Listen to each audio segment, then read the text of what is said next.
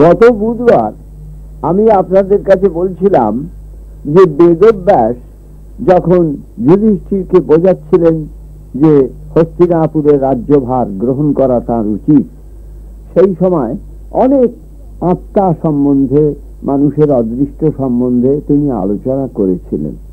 সেই সময় বাসুদেব প্রবেশ করলেন নারদকে নিয়ে সেই স্থানে। অর্জুনকে জিজ্ঞাসা করলেন বাসুদেব, ধর্মরাজকে এত বিষণ্ণ আর চিন্তান্বিত দেখছি কেন? অর্জুন বললেন, তিনি আত্মীয় স্বজন আর পুত্রদের হারিয়ে অত্যন্ত কাতর হয়ে পড়েছেন এবং হস্তিনাপুরের সিংহাসন অধিকার করতে অনিচ্ছা প্রকাশ করছেন। ওর ধারণা হয়েছে যে রাজ্যের ভার গ্রহণ করলে তিনি মোক্ষ লাভ করতে সমর্থ হবেন না এবং মৃত্যুর পর সদ্গতি লাভও করতে পারবেন না। তাছাড়া আরো ধারণা হয়েছে যে কুরুক্ষেত্র যুদ্ধে সমস্ত রাজাদের মৃত্যুর জন্য তিনি দায়ী।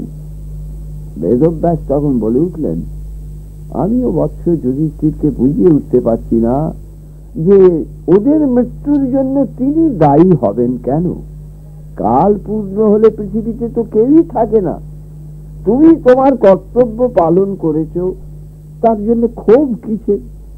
বাধ্য হয়ে তোমাকে তো কার্য করতে হয়েছে এবং মৃত্যুও যাকে গ্রহণ করবার তাকে যথাসময় গ্রহণ করেছে। বহু রাজা রাজত্ব অক্ষুণ্ণ রাখতে যুদ্ধ করেছে এবং বহু ক্ষত্রিয় রাজারা স্বয়ং যুদ্ধক্ষেত্রে প্রাণত্যাগ করে স্বর্গবাসী হয়েছেন। কুরুক্ষেত্র যুদ্ধের প্রত্যেকটি বীরের সদ্গতি হয়েছে এবং তারা সকলেই বীরত্ব প্রকাশ করে স্বর্গবাসী হয়েছে। এখানেই তাদের পাপ খালিত হয়ে গিয়েছে। মৃত্যু পাপ পুণ্য কিছু বিচার করে না। তাহলে বহু পুণ্যবান রাজাও তো মৃত্যুর হাত এড়াতে পারতেন।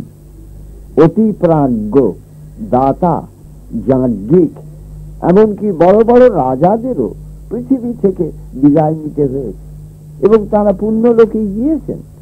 তারপর তারা পৃথিবীতে যেসব কার্য করেছেন তার বিচার করবেন বিধাতা এবং কতদিন তারা পুণ্যের ফলে স্বর্গবাস করবেন তাও নির্ধারণ করবেন তিনি।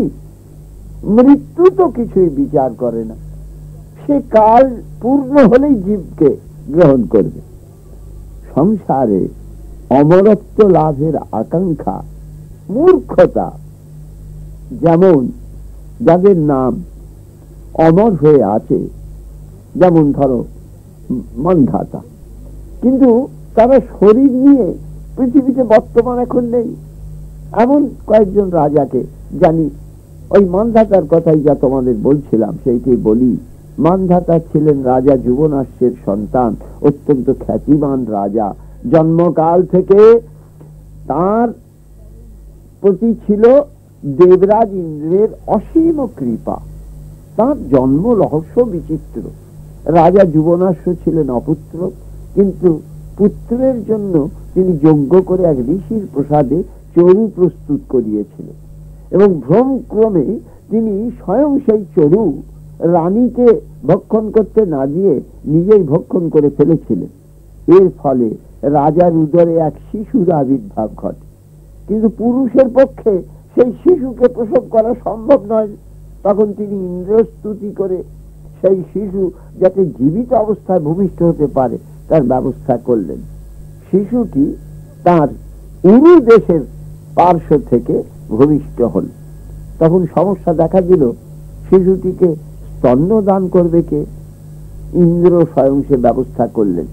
তিনি তার কনিষ্ঠাঙ্গুলি শিশুটির ওষ্ঠে স্পর্শ করাতে অঙ্গুলির মধ্য থেকে দুগ্ধস্রাব হতে লাগলো এবং সেই দুগ্ধ পান করে সে 12 দিনেই 12 বর্ষের বালকের ন্যায় প্রতিভাত হতে লাগলো। পুরাকালে মান্ধাতার ন্যায় বীর ও ইন্দ্রতুল্য কোন রাজার জন্মগ্রহণ করেননি। তিনি এক দিবসের মধ্যে সমস্ত পৃথিবী অধিকার করেন। তার ধনুর টঙ্কারে দেবতারাও সচকিত হয়ে উঠতেন, কারণ তখন তাদের মনে হতো নভমণ্ডল যেন বিদীর্ণ হয়ে যাচ্ছে। তিনি 100 অশ্বমেধ ও 100 রাজসূয় যজ্ঞ করেন। তিনি ব্রাহ্মণদের সুবর্ণময় রহিত মৎস্য দান করেন। তাদের পরিমাণ প্রত্যেকটি দৈর্ঘ্যে 10 যোজন আর প্রস্থে 1 যোজন পরিমাণ করেছিল। এই সুবর্ণময় রহিত মৎস্য, ভাবুন, 1 যোজন ও 10 যোজন এই রকম সোনা দিয়ে তৈরি। ব্রাহ্মণরা অত স্বর্ণভার গ্রহণ করতেই পারেননি। তখন আর তিনি কি করেন, সেগুলি প্রজাদের মধ্যে বিভাগ করে বিতরণ করে দিলেন। তিনি ছিলেন জ্ঞানবান, ঐশ্বর্যশালী, বিষয় বাসনা শূন্য, কিন্তু তাকেও লোকান্তরিত হতে হয়েছিল। মৃত্যু তাকে নিষ্কৃতি দান করেননি। আর একজন রাজা ছিলেন রতিদেব। তিনি যজ্ঞে পশু বলি করতেন, কিন্তু তার যজ্ঞ এত নিষ্ঠার সঙ্গে হতো যে অরণ্য থেকে পশুরাও তার যজ্ঞে বলি প্রদত্ত হবার জন্য স্বেচ্ছায় চলে আসত। এক সময় তাদের চর্ম নিঃসৃত ক্লেদে একটি মহা নদীর উদ্ভব হয়। তার নাম হলো চর্মনৃতি। তার ঐশ্বর্যের অন্ত ছিল না। তার প্রাসাদের সমস্ত ব্যবহার্য বস্তু, এমনকি রন্ধনের তৈজসপত্র সুবর্ণময় ছিল। বহু অতিথি সমাগম ঘটলে রতিদেব এক রাত্রিতে এক সময় 20,100 গোকে ছেদন করে তাদের মাংস রন্ধন করে ভোজন করান। কিন্তু সময়ে তাকেও মৃত্যুর কবলে পড়তে হয় এবং তার নামও আজ পৃথিবী থেকে প্রায় অবলুপ্ত। মহাত্মা সগরের কথাই ধরা যাক। মহাত্মা সগর ছিলেন আর একজন মহাশক্তিমান নরপাল। তিনি এক সময় ক্রোধ ভরে পৃথিবী খনন করে সমুদ্র রচনা করেন। তাই তার নামানুসারে সমুদ্রের নাম হয় সাগর। কিন্তু মহাকাল তাকে নিষ্কৃতি দেননি।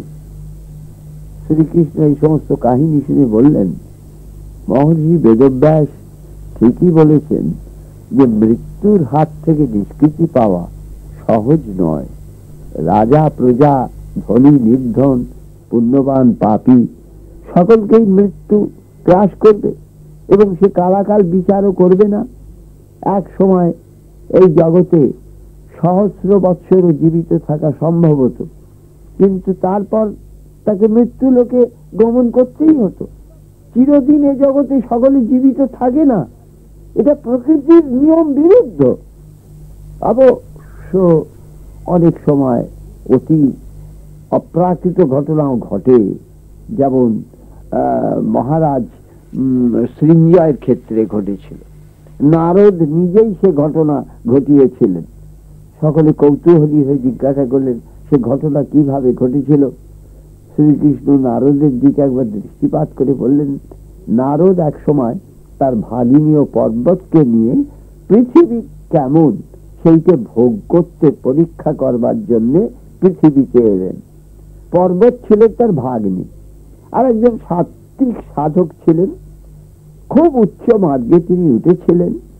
এই দুই ঋষি মাতুল ও ভাগিনেও পৃথিবীর অন্ন গ্রহণ করলে কেমন থাকেন, তাদের মনের কোনো বিকার হয় কিনা তাই পরীক্ষা করবার জন্য পৃথিবী ভ্রমণে বেরিয়ে পড়লেন।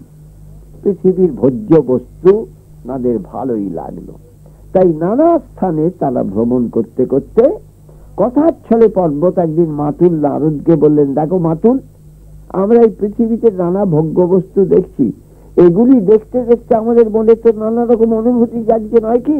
নারদ বললেন, হ্যাঁ তা তো জাগছেই, মানুষের খাদ্য, পরিবেশ, নানা রকম অনুভূতি জাগায় বই কি? পর্বত বললেন, কিন্তু তোমার আমার মনে এক অনুভূতি জাগে কিনা তা বিচার করা প্রয়োজন। সেই জন্য এসো আমরা অভিজ্ঞতা লাভের জন্য প্রতিজ্ঞা করি যে আমরা দুজনে যে কোনো বিষয়ে যা ভাববো তা পরস্পরের কাছে প্রকাশ করব, কি বল? নারদ বললেন, আমি তোমার প্রস্তাব গ্রহণ করলাম, আমি প্রতিজ্ঞাবদ্ধ হলাম। এরপরে নারদ কি রকম ভাবে তার প্রতিজ্ঞা ভঙ্গ করেছিলেন তার বিবরণী, এবং তিনি এক রাজাকে কিরকম সহস্র বৎসর বাঁচিয়ে রেখেছিলেন সে কথাটা আগামী বুধবারে আপনাদের কাছে বলবো।